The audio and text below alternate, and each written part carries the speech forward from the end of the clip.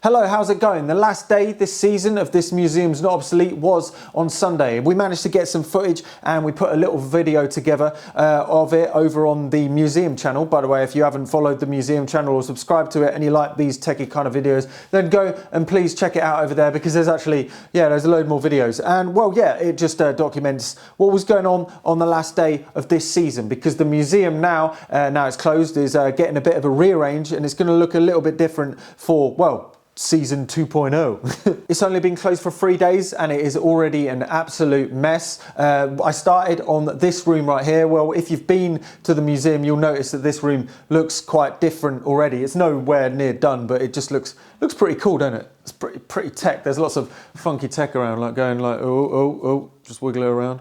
Oh, there's a video on the museum channel I just did about this yesterday, and then it goes over there. Oh, there's going to be Brawl and Cure set up a whole interactive test equipment music area just there. But it's going to get a little bit bigger. I've lost where I'm going. Where's my track? Where's my track? Where am I going? Oh yeah, I started by pulling out all of the parts that were here and then taking out the appliances that were around here that were basically in the way. So I've just made it bigger, and then there's going to be another room at the back which is a bit more expanded, so there's more space for more technological old stuff or old crap, depends which way you look at it. I've got a lot of projects planned for the next couple of months that I want to get finished before the museum opens next for season 2.0. By the way, in season 2.0 there will be opening, and there's also another museum called the Ramsgate Micro Museum, so it'll be a double tech whammy. Ramsgate Micro Museum is just chock-a-block with old computers that you can use and stuff, so it's going to be pretty awesome, and it'll be well worth a visit in my opinion. But yeah, I'll be documenting all of these projects on this channel and the museum channel. I don't really know which one merges. They've started to merge together, if you know what I mean. And also, if you watch the last video, you'll realise that this one isn't the next video. It still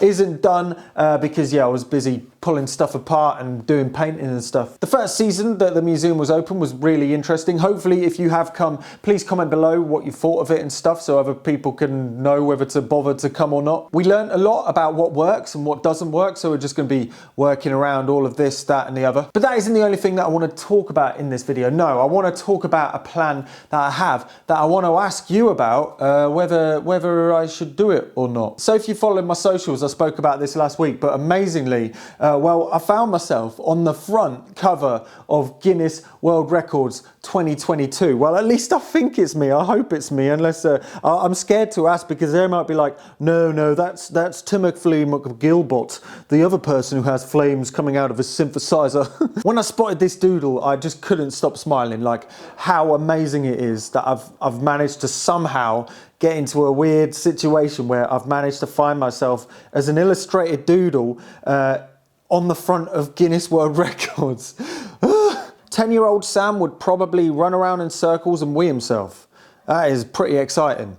But yeah, I guess you're wondering why the heck I am on the front of Guinness World Records 2022. Well, it is down to the killer drone. I think the specific title of the record is the most tunable analog oscillators in a synthesizer drone thing. But it actually got me thinking in the original quest of 100 oscillators and 1,000 oscillators. I've not actually got to the point of answering how many is too many. So I think there needs to be a logical next step. So this video is outlining basically the next step in the Megadrone experiment. Whether what I'm thinking of the layout and how I think it should work, and also a moral issue that I have with it. But I'll talk about my moral issue a little later. First off, let's have a chat about what kind of ideas have been jumping around about what I could do with it. So I really like the sound of oscillators stacked on top of oscillators, stacked on top of oscillators. It's always been the thing since the 100 oscillators and 1,000 oscillators. Even the Game Boy Mega Machine does this. And by the way, the next video on the Game Boy Mega Machine is nearly done. I've nearly built the next module. It just takes forever, that thing. There's something really nice about stacked oscillators. When you take it from one oscillator, for instance, up to 100 oscillators, and then up to 1,000, it sounds pretty mean.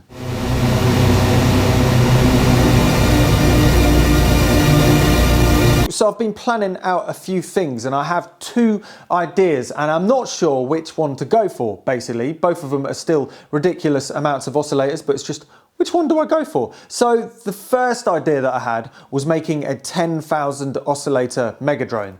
However, the way I was planning it would be a lot more compact and a lot more bare bones. I figured out a way of making it work so I could fit about 100 oscillators in a space like this, which means that it'll only end up being the size of 4 meters by 4 meters. So it'll actually pretty much be around the same size as the 1,000 oscillator Megadrone, just a lot more compact. And that's also still on the cards. Each of the oscillators would have a twisty knob potentiometer. I'm trying to find the cheapest kind of idea for knobs, and then a switch that would turn it on and off so you're able to tune them still quite easily. However, another idea I had recently was building an organ style musical instrument Megadrone. So basically what that would be is 100 oscillators on each key of the keyboard. So there would be 50 keyboards, so 100 times 50 is 5,000, so 5,000 oscillators, and then whenever you play a chord there will just be 100 notes in unison on the same note being played on each key. Analog, of course. Obviously you'll still be able to send control voltage into it so you can modulate it or bring it up like the THX sound like in the 1,000 oscillator Megadrone.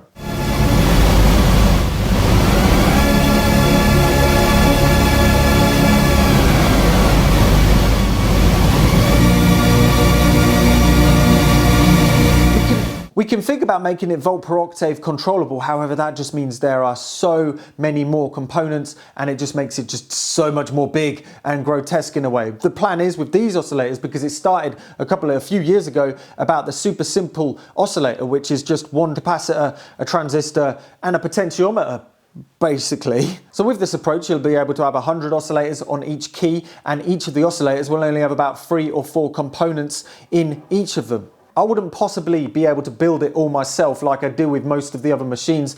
Likely, when the plan is kind of fleshed out, I'll have an open week where people can come and hopefully help if they want with some soldering. The really cool thing about this transistor oscillator as well is it uses hardly any current. In fact, the 1,000 oscillator Megadrone uses less electricity than your grandma's fridge, which is crazy. I thought it was going to be quite hungry, and then I did some measurements afterwards and boom, you think about it, the LEDs are hardly ever on. Even to your eyes, they look like they're constantly on, but they're just flashing at the frequency that the oscillator is in. So yeah, in short, when it is on, I mean, it's using less energy than the freezer that's keeping all of your ice creams and chips and dead bodies cool. So timesing this machine by 4 or 5 times or whatever and removing the LEDs, I mean, it's, yeah, the energy thing I don't think is going to be much of a particular problem. The problem that I do have, however, is the hardware that is being used to make this thing. The potentiometers, the switches, the resistors, the bits and bobs like that. The problem is, you know, you could easily just go on the internet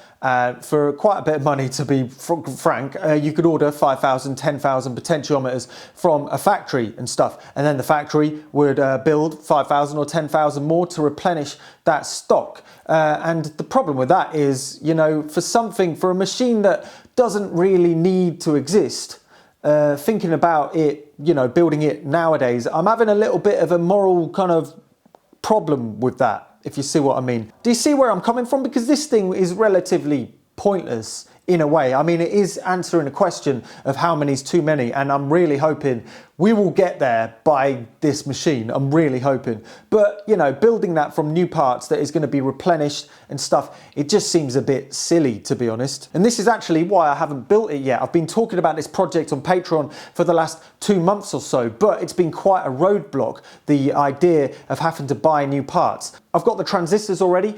Dave at Time of Software has mentioned that he has incorrectly ordered some resistors, so they're just sitting about, so I can have those for the project. But I'm on the hunt for potentiometers and switches. The ideal situation for me is to find, let's say, a factory with a big box of them that were incorrectly ordered or something, and they've just been sat there. That means that when I take those and build it with it, then the stock won't get replenished. You know, you're not kind of, you know, you're repurposing something that's been left and forgotten about. It's already been made. It doesn't matter. So that's why I'm doing this video. I'm casting out the net and I'm asking if anybody knows of any big old boxes of potentiometers and switches that have been forgotten about, and maybe even casting the net and asking a few people if you can, because it will just be really helpful for this project. There are a couple of limitations upon these potentiometers and switches that make it a little bit more complicated. If it's the organ style Megadrone, then these trim pots would be absolutely perfect. These ones are basically the screw on top. It's a multi-turn trim pot